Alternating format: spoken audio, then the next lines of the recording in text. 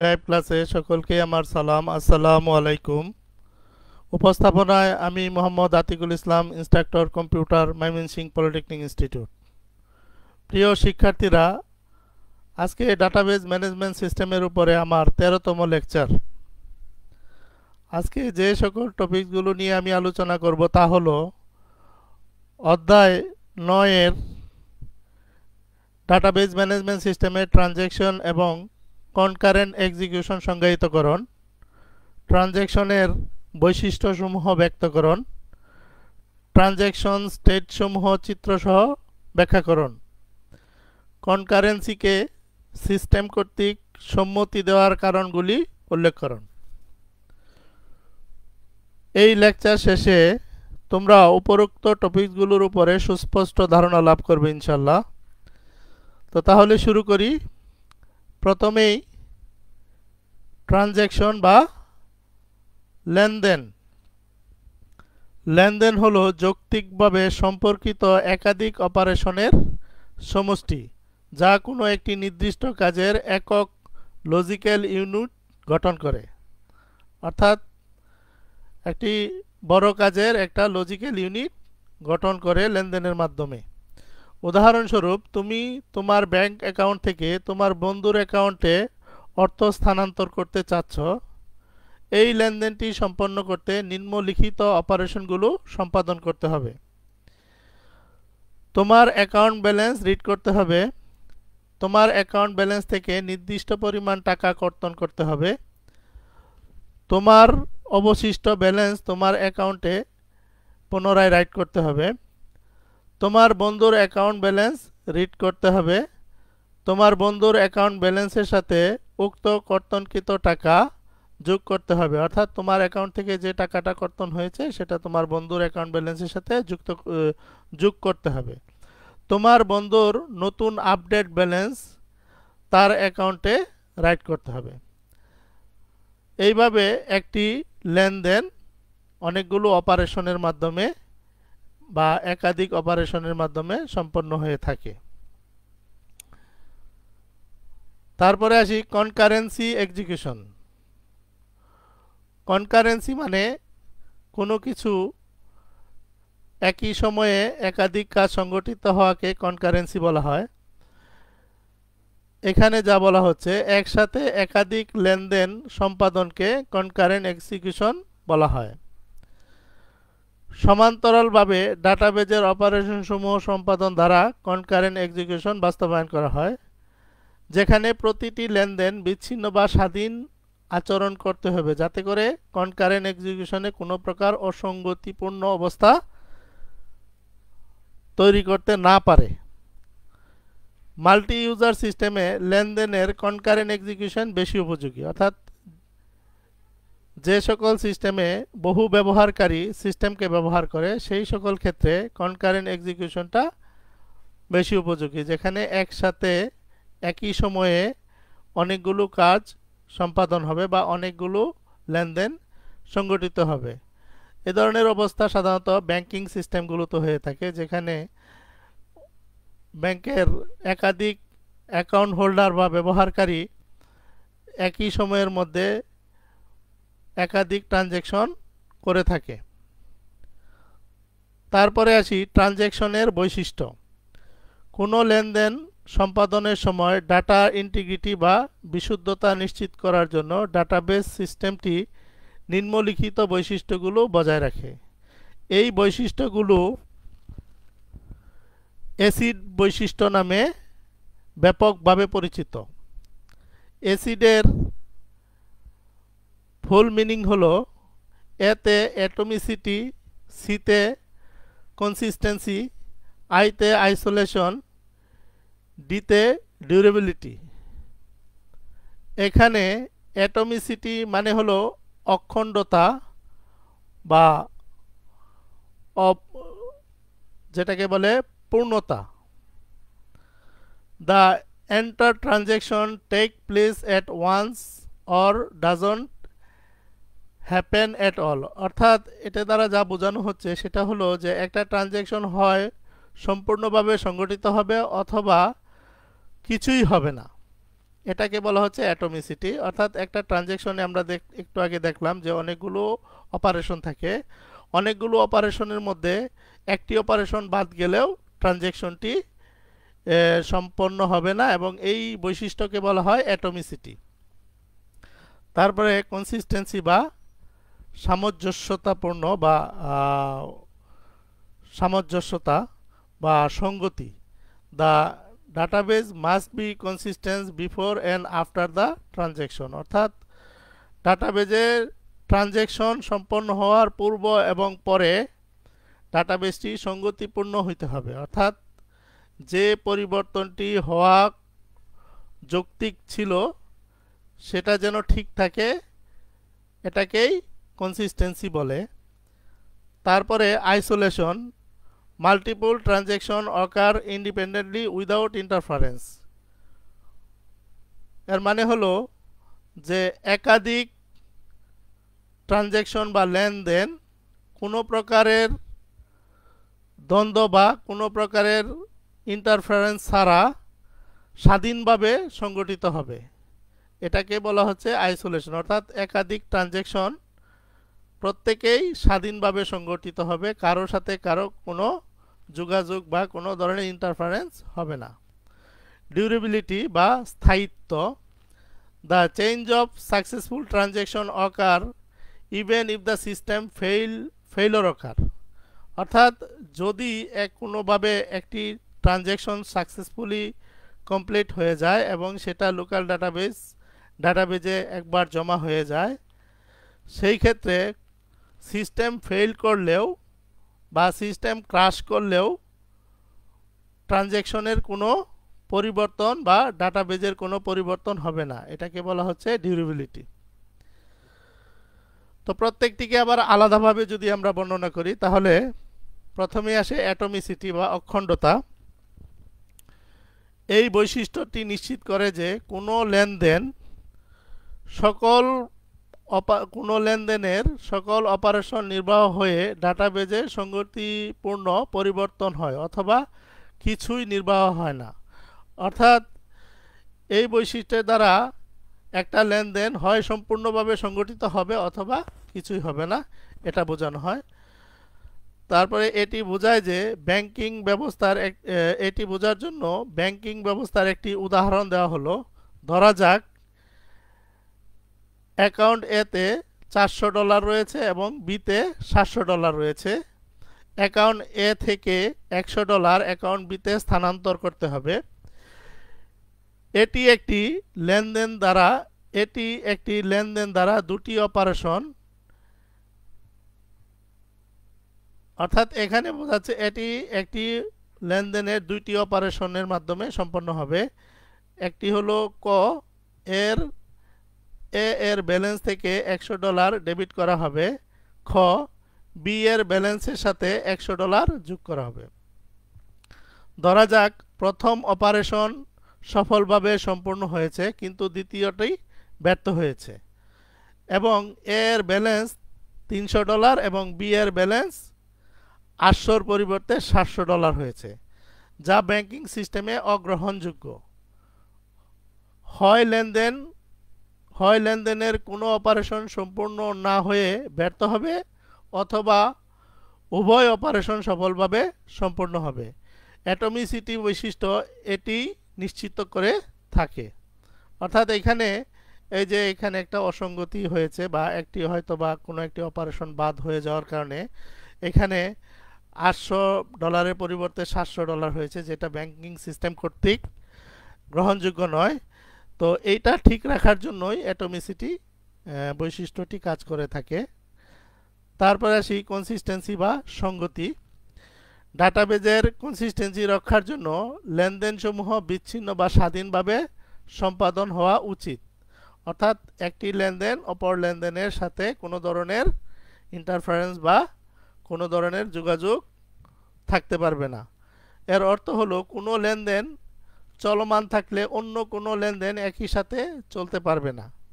উদাহরণস্বরূপ অ্যাকাউন্ট এর ব্যালেন্স $400 রয়েছে এবং এটির $100 বি ও সি উভয় অ্যাকাউন্টে স্থানান্তর হবে। সুতরাং এখানে দুইটি লেনদেন রয়েছে, অর্থাৎ এখানে দুটি লেনদেন সংগঠিত হবে, একটি বিতে এবং আরেকটি সিতে, যার এই লেনদেন দ্বয় একই সাথে চলমান এবং উভয় লেনদেনেই $400 ব্যালেন্স পড়ে। অর্থাৎ যদি লেনদেন দ্বয় একই সাথে সংগঠিত হয় তাহলে কি হবে, উভয়েই $400 পড়বে। সেই ক্ষেত্রে এর চূড়ান্ত ব্যালেন্স $200 পরিবর্তে 300 হয়। এটা ভুল। যদি লেনদেনটি বিচ্ছিন্নভাবে চলতো তবে দ্বিতীয় লেনদেনটি প্রথম লেনদেন সফলভাবে নির্বাহ হওয়ার পরে সঠিক ব্যালেন্সটি $300 পড়তো। অর্থাৎ এইখানে দেখা যাচ্ছে কি যে উভয়ই যেহেতু $400 পড়তেছে, তার মানে কি হলো যে ওই যে পরিবর্তনটা হলো প্রথম অর্থাৎ বিতে যে ব্যালেন্সটা ট্রান্সফার হলো সেটা কিন্তু ওখানে শো হচ্ছে না, কারণ উভয়ই $400 পড়তেছে। যদি সঠিকভাবে হতো তাহলে কি বি সি এর জন্য মানে অর্থাৎ দ্বিতীয় ট্রানজ্যাকশনটি $300 পড়তো। অর্থাৎ লেনদেনের আগে এবং পরে ডাটাবেসটি অবশ্যই কনসিস্টেন্ট থাকে, যা কিনা এইটা যদি ঠিক থাকে যে $300 পড়লো দ্বিতীয় লেনদেনটি, তাহলে এটা কনসিস্টেন্সি ঠিক থাকে এবং লেনদেনের আগে এবং পরে অবশ্যই ডাটাবেসটি কনসিস্টেন্ট থাকে। ট্রানজ্যাকশনের বৈশিষ্ট্য আইসোলেশন। এই আইসোলেশন মানে হলো বিচ্ছিন্নতা। এই বৈশিষ্ট্যটি নিশ্চিত করে যে ডাটাবেজে কোনো প্রকার অসঙ্গতি ছাড়া একাধিক লেনদেন একই সাথে ঘটতে পারে। অর্থাৎ একই সাথে একাধিক লেনদেন সংগঠিত হবে, সেই ক্ষেত্রে কোনো প্রকার ইন্টারফারেন্স বা হস্তক্ষেপ ছাড়াই লেনদেনগুলো স্বাধীনভাবে ঘটতে হবে। এভাবে সংগঠিত হইতে গেলে যেহেতু লেনদেনগুলো মানে আলাদাভাবে স্বাধীনভাবে সংগঠিত হইতে হবে এবং আলাদাভাবে বা স্বাধীনভাবে সংগঠিত হওয়াটাকেই বলা হয় আইসোলেশন বা বিচ্ছিন্নতা। এখানে একটি চিত্রে তা দেখানো হয়েছে যে এখানে একটি লেনদেন ধরি x সমান 500 এবং y সমান 500, টি এবং টি ডাবল প্রাইম দুটি লেনদেন বিবেচনা করা হলো। এখানে এটা একটা লেনদেন, এটা একটা লেনদেন বা ট্রানজ্যাকশন। ধরুন টি রিড ওয়াই পর্যন্ত নির্বাহ হওয়ার পরে টি ডাবল প্রাইম শুরু হয়েছে, অর্থাৎ এটির এই পর্যন্ত রিড হওয়ার পরে রিড ওয়াই পর্যন্ত রিড হওয়ার পরে এটি স্টার্ট হলো এবং টি এক্স এর সঠিক মান রিড করে, তবে ওয়াই এর ভুল মান রিড এবং যোগ করে যা নিম্নরূপ। অর্থাৎ এখানে যেহেতু এই মানটার কোনো 81 ট্রানজ্যাকশনের মাধ্যমে এই এক্স এর কোনো মানের পরিবর্তন হয় নাই, বা হলেও যেহেতু এই এই এক্সিকিউশনটা শেষ হওয়ার পরে এখানে এক্স এর মান রিড করা হয়েছে, অতএব এখানে কোনো সমস্যা তৈরি হয় নাই। কিন্তু এখানে যখন এইখানে স্টার্ট হলো, এইখানে যখন চলে আসলো, তখন এটা যখন স্টার্ট হলো তখন দেখা গেল কি যে এইখানে আরেকটি অপারেশন সম্পাদন হয়ে গেছে অলরেডি। সেটি হলো কি যে ওয়াই এর মান 50 বিয়োগ হয়েছে। তো এই মানটি এইখানে এভাবে আপডেট হয় নাই, যার কারণে এই যোগফলটি সঠিক আসে নাই।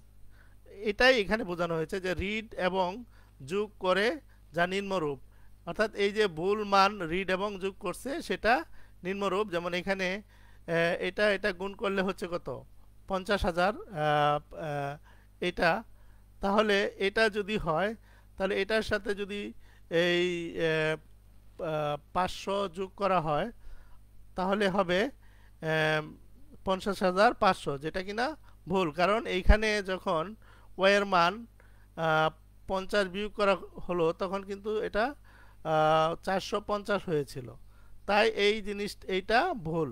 এইভাবে লেনদেন শেষে যোগফলে সামঞ্জস্য হয় না, যা নিম্নরূপ হওয়া উচিত ছিল। যেমন এখানে 50,000 যোগ 500 50,000 যোগ 450 সমান সমান 50,450। এটি 50 ইউনিটের কারণে ডাটাবেজের ফলাফল অসঙ্গতিপূর্ণ হয়।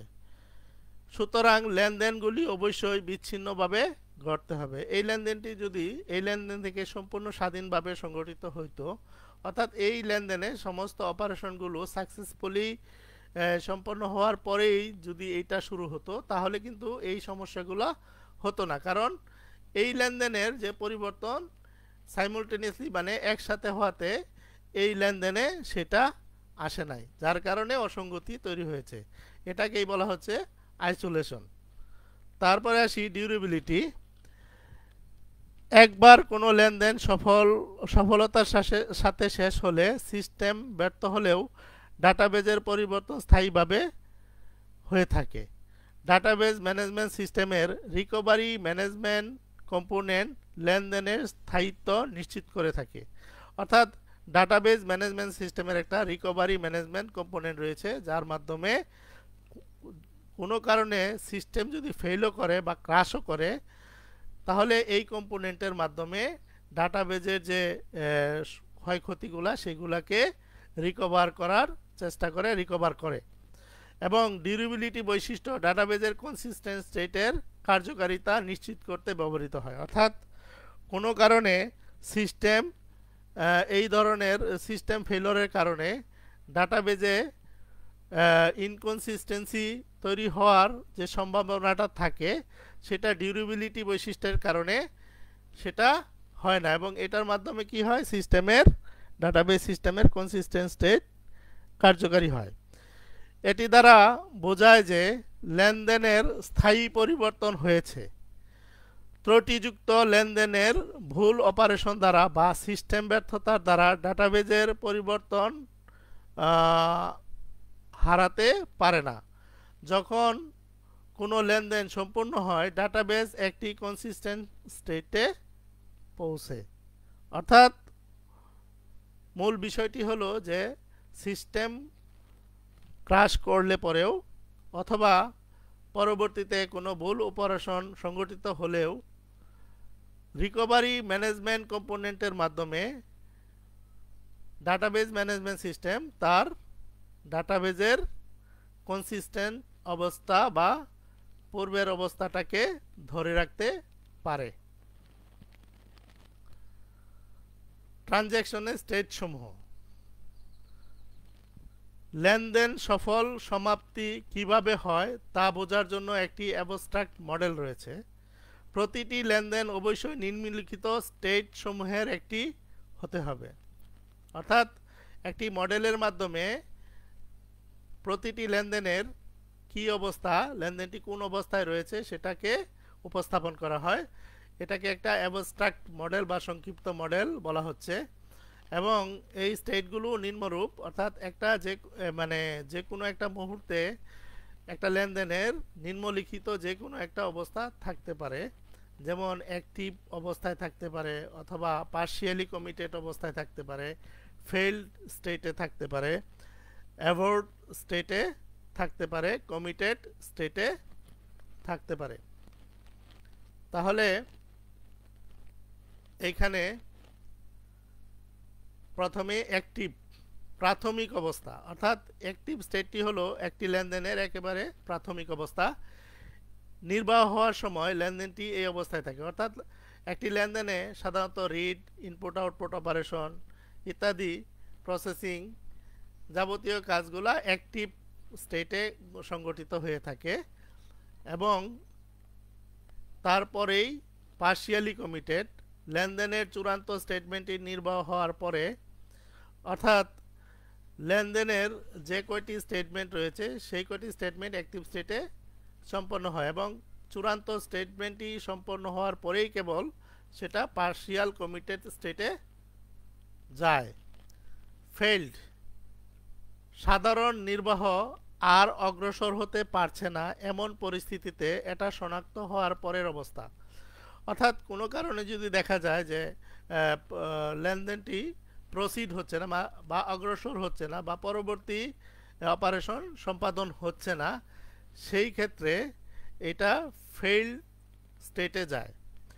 অ্যাবর্ট, লেনদেনটি রোল ব্যাক করার পরে এবং ডাটাবেসটি লেনদেনের শুরুর আগের তার স্টেট পুনরুদ্ধার করা হয়। অর্থাৎ রোল ব্যাক করা মানে কি, যে একটি সিস্টেম একটি লেনদেন তার পূর্বের অবস্থা থেকে আবার শুরু করা, অর্থাৎ শুরু থেকে আবার শুরু করা। একটি লেনদেন সংগঠিত হওয়ার পরে বিভিন্ন অপারেশনের মাধ্যমে যে সকল পরিবর্তনগুলো সংগঠিত হয় সেই পরিবর্তনগুলোকে পুনরায় রিকভার করে, অর্থাৎ ওই পরিবর্তনগুলো সম্পূর্ণভাবে বাদ দিয়ে আবার নতুন করে শুরু করাটাই হলো রোল ব্যাক। এবং অ্যাবর্ট হয়ে গেলে এরকম লেনদেনটি রোল ব্যাক হয়ে যায় এবং অর্থাৎ ইনিশিয়াল অবস্থায় চলে যায় বা একটা নির্দিষ্ট যেখান থেকে শুরু হয়েছিল সেই অবস্থায় চলে যায়। তারপরে আসে কমিটেড, লেনদেনের সফল সমাপ্তির পরে, অর্থাৎ লেনদেনটি সাকসেসফুলি সমাপ্ত হলে কমিটেড স্টেটে যায়। তো লেনদেনের সাথে সম্পর্কিত স্টেট চিত্রটি নিচে প্রদর্শিত হলো। কোনো লেনদেন কেবলমাত্র কমিটেড স্টেটে এখানে আমরা আগে চিত্রটি দেখে নিই।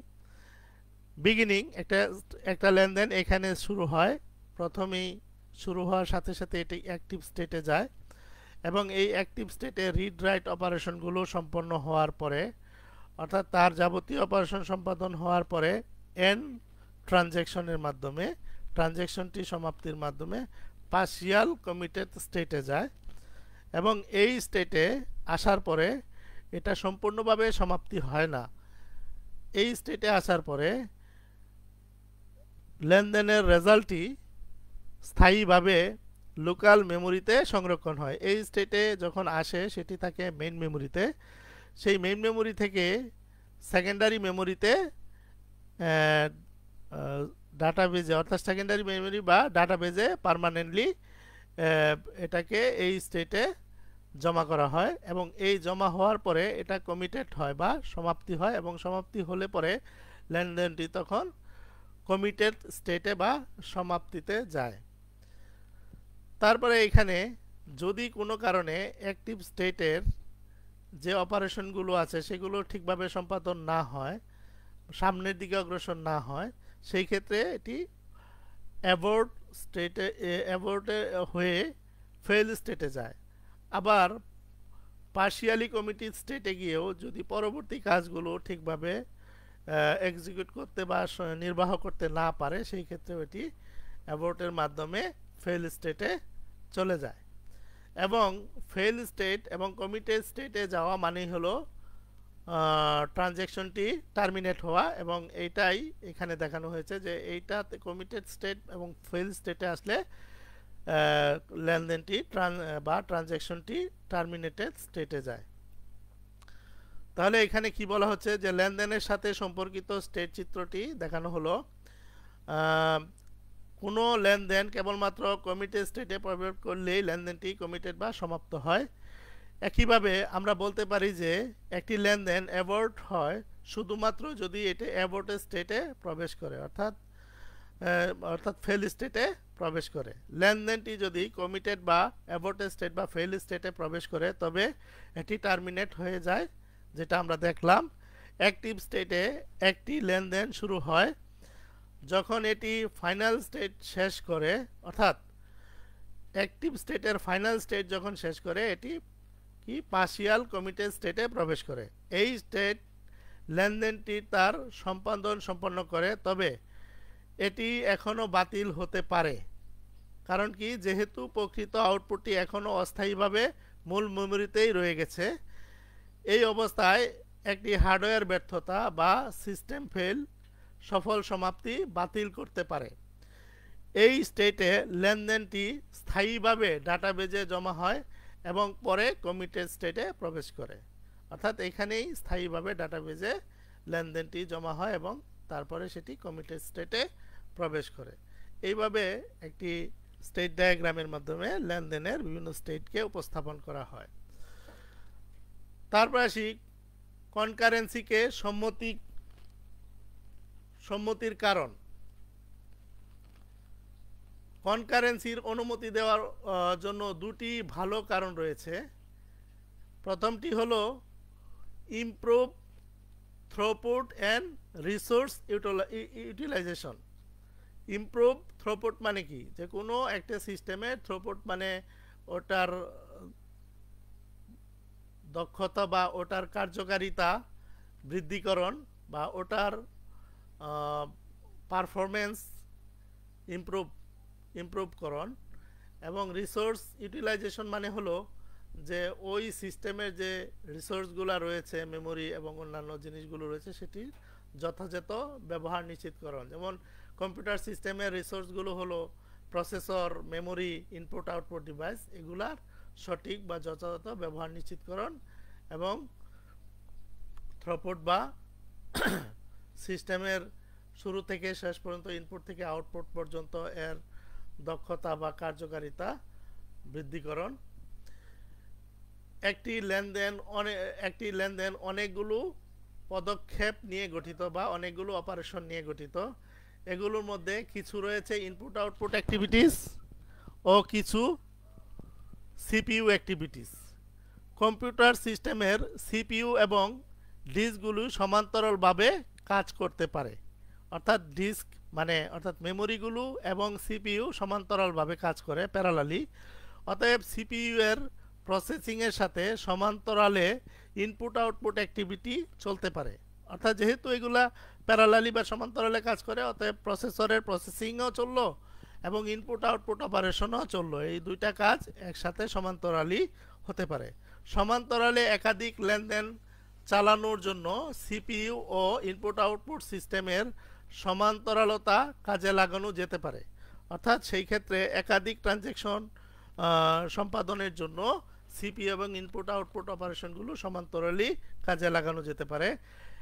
একটি ডিস্কে একটি লেনদেনের জন্য রিড রাইট প্রক্রিয়া চলাকালীন অন্য একটি লেনদেন সিপিইউতে চলতে পারে। অর্থাৎ একটি লেনদেন যদি ডিস্ক ড্রাইভে রিড রাইট অপারেশন চালায়, সেই সময় অন্য আরেকটি লেনদেন সিপিইউয়ে প্রসেসিংয়ের কাজ করতে পারে এবং অন্য কোনো ডিস্ক তৃতীয় লেনদেনের জন্য রিড রাইট প্রক্রিয়া সম্পাদন করতে পারে। অর্থাৎ সেই ক্ষেত্রে অন্য আরেকটি অর্থাৎ তৃতীয় আরেকটি লেনদেন অন্য আরেকটি ডিস্ক অর্থাৎ অন্য আরেকটি মেমোরি বা স্মৃতিকে রিড রাইট অপারেশনের জন্য ব্যবহার করতে পারে। তাহলে এখানে দেখলাম কি আমরা, যে প্যারালালি কাজ করার ধরুন তিনটি লেনদেন একসাথে কাজ করতে পারতেছে।